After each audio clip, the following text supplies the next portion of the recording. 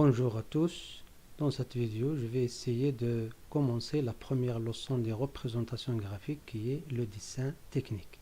Ce cours est partagé en deux parties. La première partie c'est des définitions. On va commencer par la définition du dessin, qu'est-ce que c'est, puis les définitions des normes qu'on doit utiliser pour dessiner. La deuxième partie c'est consacré aux exercices d'application pour bien assimiler les normes du dessin. Passons à la première partie.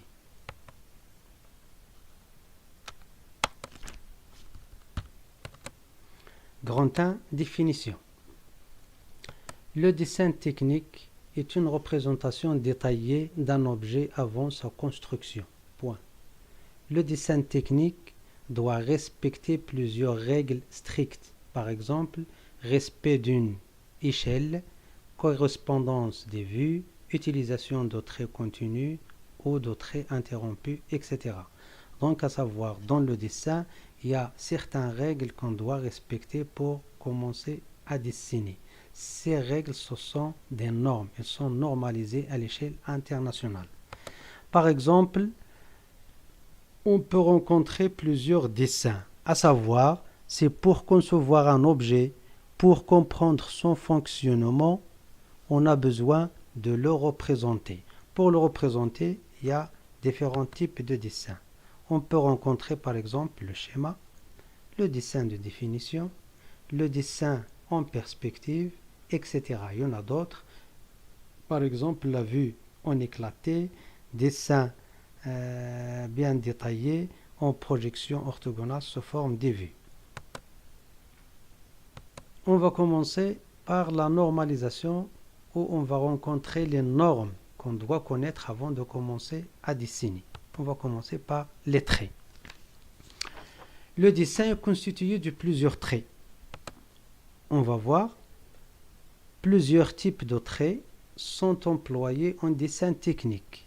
Un type de trait est caractérisé par sa nature. Il peut être continu, il peut être interrompu ou mixte. Il y a une deuxième caractéristique, c'est la largeur. Il peut être fort et il peut être fin. Donc, on a plusieurs traits utilisés dans le dessin. On va récapituler sous forme d'un tableau les 4 indispensables qu'on doit connaître avant de commencer à dessiner. Le premier, c'est un trait continu fort. Ce trait, on va le représenter, le voilà. Ses applications, comment on l'utilise? On l'utilise pour représenter les arêtes et les contours vus.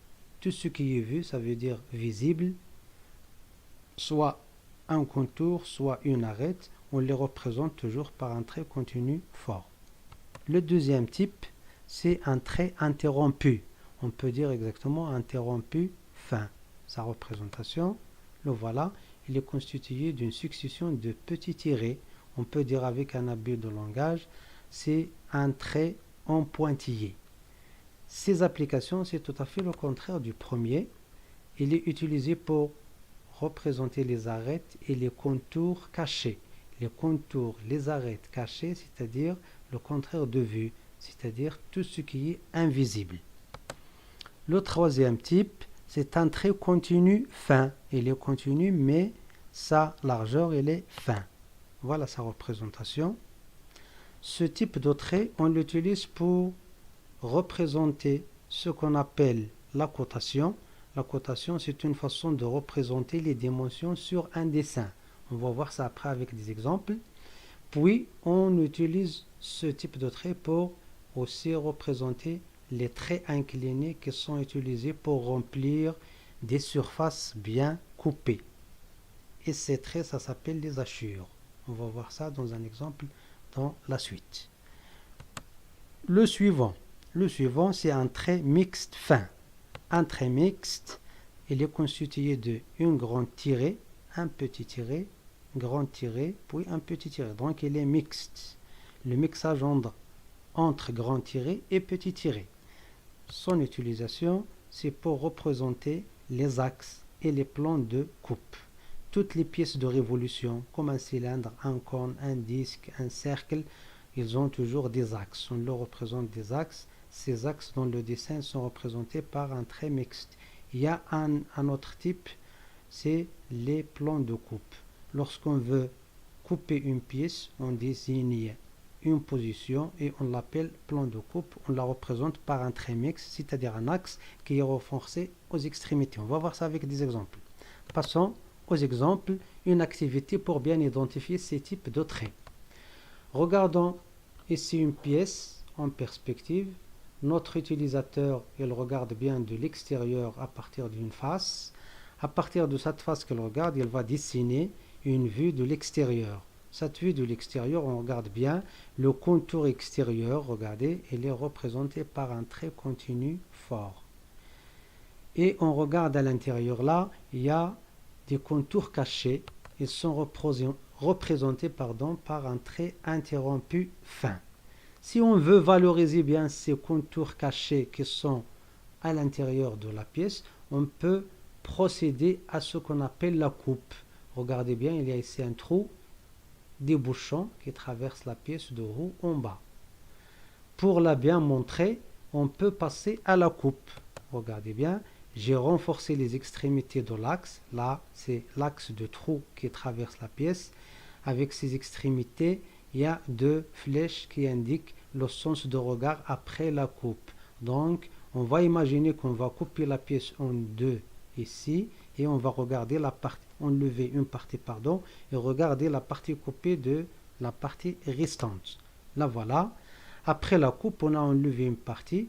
L'utilisateur, il regarde ces parties qui sont coupées. Ces parties qui sont coupées, lorsqu'on va les dessiner, elles vont être hachurées, remplies par un trait incliné oblique qui est le trait continu fin. Voilà le résultat du dessin après la coupe. Ça s'appelle une vue en coupe. Les deux parties qui sont remplies par des traits inclinés obliques, c'est les parties où la matière est coupée. Donc ce type de trait-là, c'est ce qu'on appelle les hachures. Ils sont toujours représentés par un trait continu fin. Voilà. Donc à partir de ce dessin, on peut rencontrer tous les types, les quatre types de traits indispensables. On regarde ici là en haut, notre trou là, son axe. Là, c'est son axe, mais le renforcé aux extrémités avec deux flèches de sens de regard, ça s'appelle le plan de coupe. Les deux, en même temps, ils sont représentés par un trait mixte fin. Et les contours, d'ailleurs, toujours soit dans la vue en extérieur ici, ou bien dans la vue en coupe, ils sont toujours représentés par un trait continu fin. Voilà pour ce dessin qui nous montre comment utiliser les quatre traits indispensables pour commencer à dessiner. Passons à la suite. Alors, pour l'échelle, pour dessiner, il y a un constat, à savoir que certains objets sont trop petits ou trop grands pour être dessinés à leur taille réelle. Donc, pour les dessiner bien, on doit passer par l'échelle. L'échelle, c'est quoi? L'échelle d'un dessin est le rapport entre les dimensions mesurées sur les dessins et les dimensions réelles de l'objet. Donc, on va trouver la formule, tout simplement, l'échelle est égale à la dimension dessinée sur la dimension réelle. Pour le dessin, on va constater aussi qu'il y a trois types. Regardez bien, type d'échelle. Le premier type, lorsque la dimension dessinée est égale à directement la dimension réelle. L'échelle est égale à 1. Voilà sa norme, comment on le représente. 1 sur 1, avec 2 points. 1, 2.1. C'est l'échelle pour les vraies grandeurs, ou bien pour la vraie grandeur. Ça, le premier type d'échelle. Deuxième type, lorsqu'il y a une réduction. C'est-à-dire, l'échelle doit être utilisée pour réduire les dimensions à dessiner. Là, on regarde la représentation, c'est 1, 2 points sur x. Ce x est un entier naturel qui peut être 2, 3, 4, 5, ainsi de suite. Donc 1 sur 2, 1 sur 3 comme exemple, 1 sur 10, 1 sur 20, 1 sur 100, c'est une échelle de réduction. Pour la réduction, elle réduit les dimensions pour dessiner. Troisième type, c'est l'inverse de deuxième, x 2.1, x sur 1 avec 2 points, c'est comme ça la normalisation. Pour l'agrandissement, ça c'est une échelle d'agrandissement. Il agrandit les dimensions avant de les représenter sur les dessins. Exemple, échelle de 2, on dit 2 sur 1. Échelle de 5, on dit 5 sur 1. Échelle de 10, 10 sur 1, ainsi de suite. Toujours un nombre divisé par 1. C'est une façon de représenter l'échelle de cette façon. Voilà pour les trois échelles. On va passer à un exemple, exercice d'application, pour bien comprendre comment utiliser l'échelle. La question: déterminer l'échelle E du dessin d'ensemble du T de dessin grâce au dessin ci-dessous. Voilà la question. Elle nous a proposé un dessin. Dessin de quoi? Dessin de T de dessin. T de dessin, tout simplement, c'est une règle simple à qui on a ajouté dans l'une des extrémités une barrette pour qu'il devienne sous forme de T majuscule. Voilà notre règle sous forme de T majuscule et ça s'appelle T de dessin ou bien T, la règle T. Regardez bien, dans le dessin, il y a un nombre. Entre la première extrémité de la règle jusqu'à la deuxième extrémité, il y a un trait là avec deux flèches aux extrémités et au milieu, il y a un nombre, c'est 184. À savoir, cette règle, c'est que c'est la dimension réelle de cette règle. Donc, c'est 184, c'est la dimension réelle en millimètres. Il faut savoir aussi que dans les dessins, les dimensions, elles sont en millimètres. En millimètres. Donc, cette dimension qui est cotée, c'est ça qu'on appelle la cote. On a coté la dimension de la règle, sa longueur, il est de 684 mm. Voilà, passons à la réponse.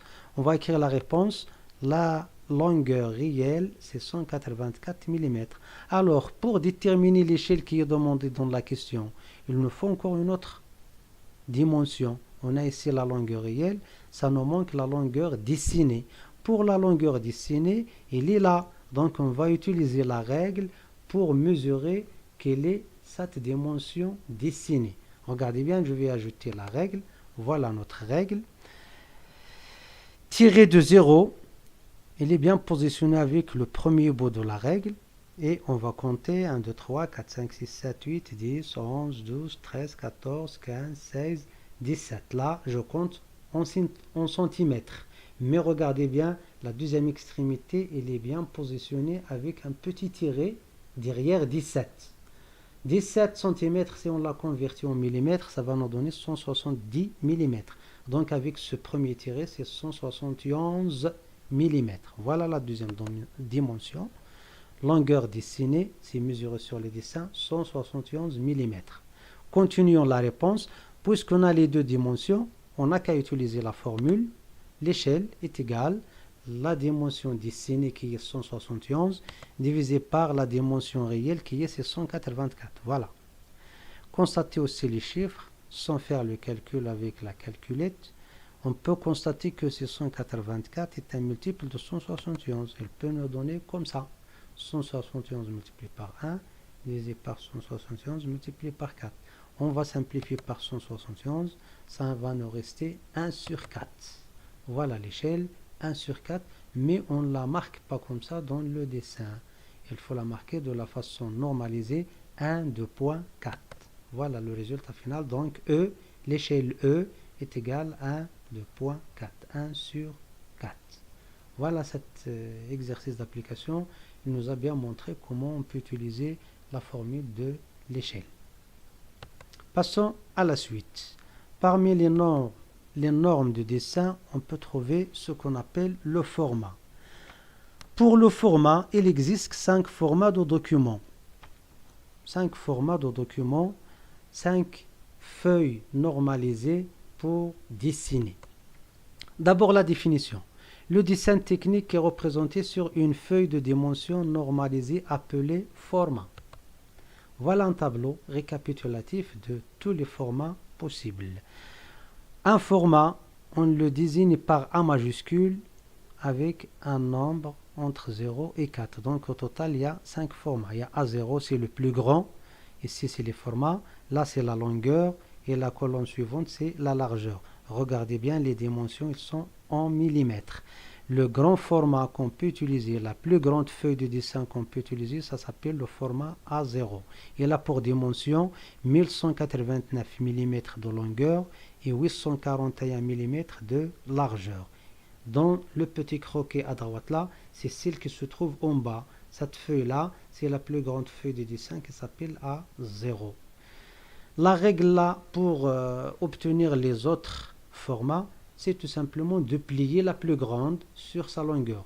Plions A0 en 2 dans sa longueur, ça va nous donner le format inférieur qui est A1. Donc A1 c'est un format inférieur à A0. Regardez ses dimensions, ici c'est sa longueur 841 et sa largeur c'est la moitié de la longueur de A0, c'est-à-dire 1189 divisé par 2, ça nous donne 594. Il y a normalement virgule 5, on néglige le virgule 5 là. Ainsi de suite, pour retrouver A2, on peut plier A1 en 2. Plions A2 en 2, on retrouve A3. Plions A3 en 2, on retrouve A4. C'est la feuille la plus simple qu'on peut utiliser en classe. Il a pour longueur de 197 mm et dans sa largeur de 110. Ils se représentent là dans le croquis. Voilà A4. Si on regroupe 2, ça va nous donner A3. A3, on regroupe 2, ça nous donne A2. A2 regroupé en 2, ça nous donne A1. A1 regroupé en 2, ça nous donne A0. Donc un croquis qui nous montre la succession des formats de dessin. Voilà pour les formats de dessin. Note, j'ai marqué là, un format directement inférieur s'obtient en divisant la longueur du grand format par 2, c'est-à-dire A0 plié en 2, dont sa longueur donne à A1. Passons à la suite. L'autre norme de dessin, c'est le cartouche. C'est quoi le cartouche? À savoir, le cartouche, c'est tout simplement un peu la carte d'identité de dessin. Il comporte généralement 8 cases et il se place dans le bas de la feuille de dessin. Une petite définition, le cartouche d'inscription comporte les renseignements nécessaires pour l'identification et l'exploitation pratique de dessins techniques tels que, parmi ces informations, les environs 7 ou 8, l'établissement, indispensable de mentionner l'établissement auquel ce dessin est réalisé, le titre de dessin, le nom de la pièce, le nom de l'objet, le nom du système technique qui est dessiné, ainsi de suite. L'échelle de dessin, l'échelle que vous avez utilisée pour dessiner, symbole de disposition européen des vues. Il y a 2 symboles. On va utiliser celui de l'Europe, symbole de disposition des vues. On va parler par la suite sur ce symbole de disposition des vues. Puis, obligé de marquer aussi la date où le dessin est fait. Le nom du dessinateur, c'est toi qui es le dessinateur, tu vas marquer ton nom. La classe, par exemple, ta classe. Le numéro de la planche. Chaque dessin, on peut l'appeler sous forme d'une planche et on les numérote. Ils sont numérotés. Le dessin numéro 1, numéro 2, 15, 13, 15, ainsi de suite. Donc ces informations, c'est les données qu'on peut marquer sur le tableau qui s'appelle le cartouche qui se place en bas de la feuille de dessin. Voilà un modèle. Regardez bien. Avec des dimensions bien précises, toujours ce tableau, dans sa longueur 190 mm. Il y a là une grande case au milieu, établissement, on marque le nom de l'établissement. Ici, la désignation ou le nom de la pièce, la désignation ou le nom du dessin. À gauche, en haut, la première case, c'est là on marque l'échelle. En bas, le symbole de la disposition. C'est le symbole de disposition européen. Et en bas, la dernière case à gauche, c'est le format. Là, on marque le format utilisé. Est-ce qu'on a utilisé le format A0? On va marquer A0. On a utilisé A3, on va marquer A3. On a utilisé A4, on va marquer A4. Et passons à droite, il y a dessiné par. Là, c'est cette case, c'est consacré pour le nom du dessinateur. En bas, la date où le dessin est réalisé. Puis en bas, c'est la planche numéro, c'est-à-dire le numéro tout simplement de dessin, numéro de dessin. Voilà les renseignements indispensables qu'on doit marquer sur ce tableau, ce cadre qui se trouve en bas de la feuille de dessin. La suite, l'écriture. C'est très indispensable de bien marquer ton écriture avec le dessin, avec une écriture bien claire et nette. Donc, dans ce cas-là, pour l'écriture, sur un dessin technique, on utilise une écriture normalisée. L'écriture normalisée, tout simplement, c'est de bien écrire avec des lettres latines, soit en majuscules, voilà des lettres en majuscules, et on respecte une certaine hauteur, voilà même les lettres accentuées, soit on utilise les minuscules de la machine, comme ça, avec une certaine hauteur, et ainsi de suite pour les nombres, on les marque bien pour qu'ils soient bien lisibles pour éviter l'ambiguïté. Voilà pour l'écriture. Passons aux exercices d'application. Exercice d'application numéro 1. On a proposé là un dessin. Regardez bien, l'utilisateur regarde la pièce de l'extérieur. Voilà une vue de l'extérieur. Regardez bien, il y a un plan de coupe comme on a vu dans l'explication, dans la leçon. Les flèches sont de coupe. Voilà une vue, une coupe. Voilà l'utilisateur, il vient de terminer ses hachures des parties de la matière qui sont coupées, sont marquées là. Donc, lorsqu'on regarde la partie coupée, c'est celle-là qui nous donne cette vue qui s'appelle la vue en coupe. La question. Déterminer le nom de chaque trait sur le dessin. Il y a des flèches là, il y a un point d'interrogation. Donc, tu dois marquer quel est le type de trait qui est indiqué par ces flèches. Là aussi, il y a un point d'interrogation. Il y a d'autres traits, de flèches qui indiquent un certain trait. Marquez ici quel est son nom. Aussi, ici, une flèche qui indique un certain trait. Marquez son nom à côté de la flèche. Puis, le dernier, il y a un point d'interrogation. Ces deux flèches-là, une dans la vue en coupe et une dans la vue de l'extérieur. Ce trait qui est indiqué par les flèches, marquez son nom là. C'est ça qui est demandé. Donc, pour faire cet exercice, à ce point-là, vous pouvez mettre pause pour la vidéo et répondez avant de passer voir la correction. Il y a un deuxième exercice d'application. La même démarche, c'est pour bien simuler les normes qu'on vient de voir sur le début de la vidéo. La question toujours, déterminer le nom de chaque trait sur le dessin suivant. On vous a donné une vue d'une pièce et il y a des indications là de certains traits. Ce trait-là, quel est son nom, marquez-le ici.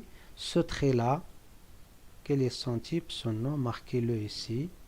Le suivant, s'il y a un trait là, quel est son nom là. Un autre trait là, il est fléché, marquez son nom ici. Voilà. Vous pouvez aussi, de la même façon, mettre pause pour la vidéo et répondre avant de passer voir la correction. Le troisième exercice d'application. Ces exercices, c'est indispensable pour bien simuler les choses ou bien les normes qu'on vient de voir au début de la vidéo. La première question de l'exercice numéro 3. Quelles sont les dimensions du format A4? La réponse, à toi de marquer les dimensions là, la longueur multipliée par la largeur, tout simplement. La deuxième question, remplissez ce cartouche avec les renseignements suivants.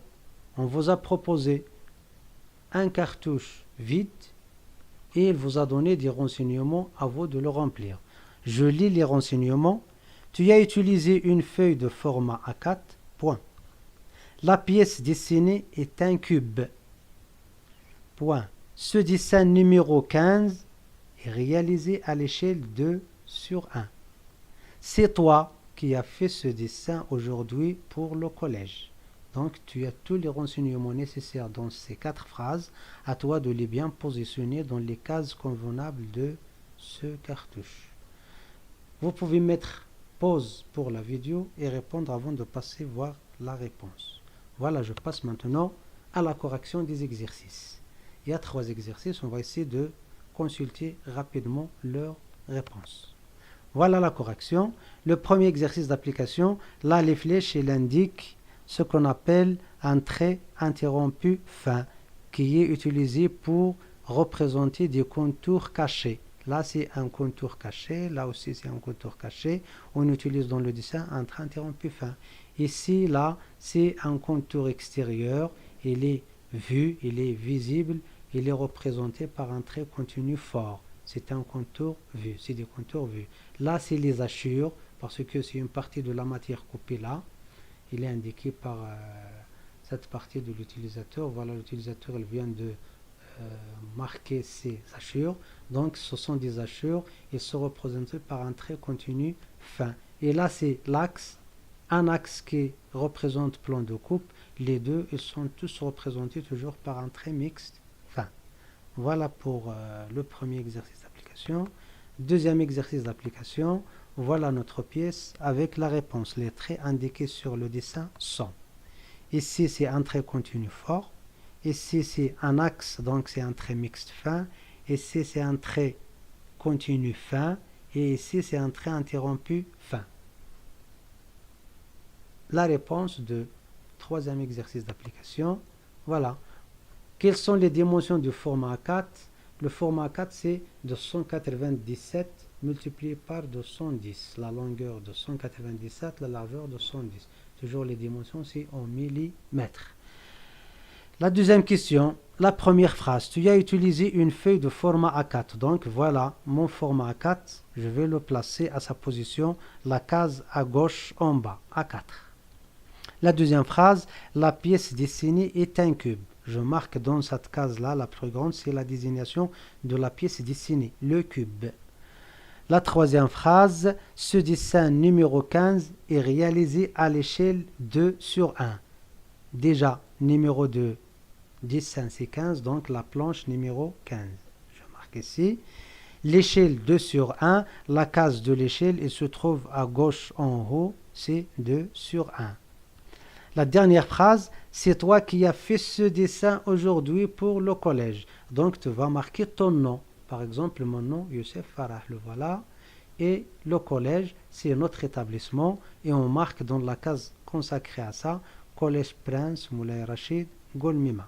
Voilà, les renseignements, ils sont reportés à leur place correctement dans le cartouche. Voilà. Merci bien pour votre attention. Et à la fois prochaine.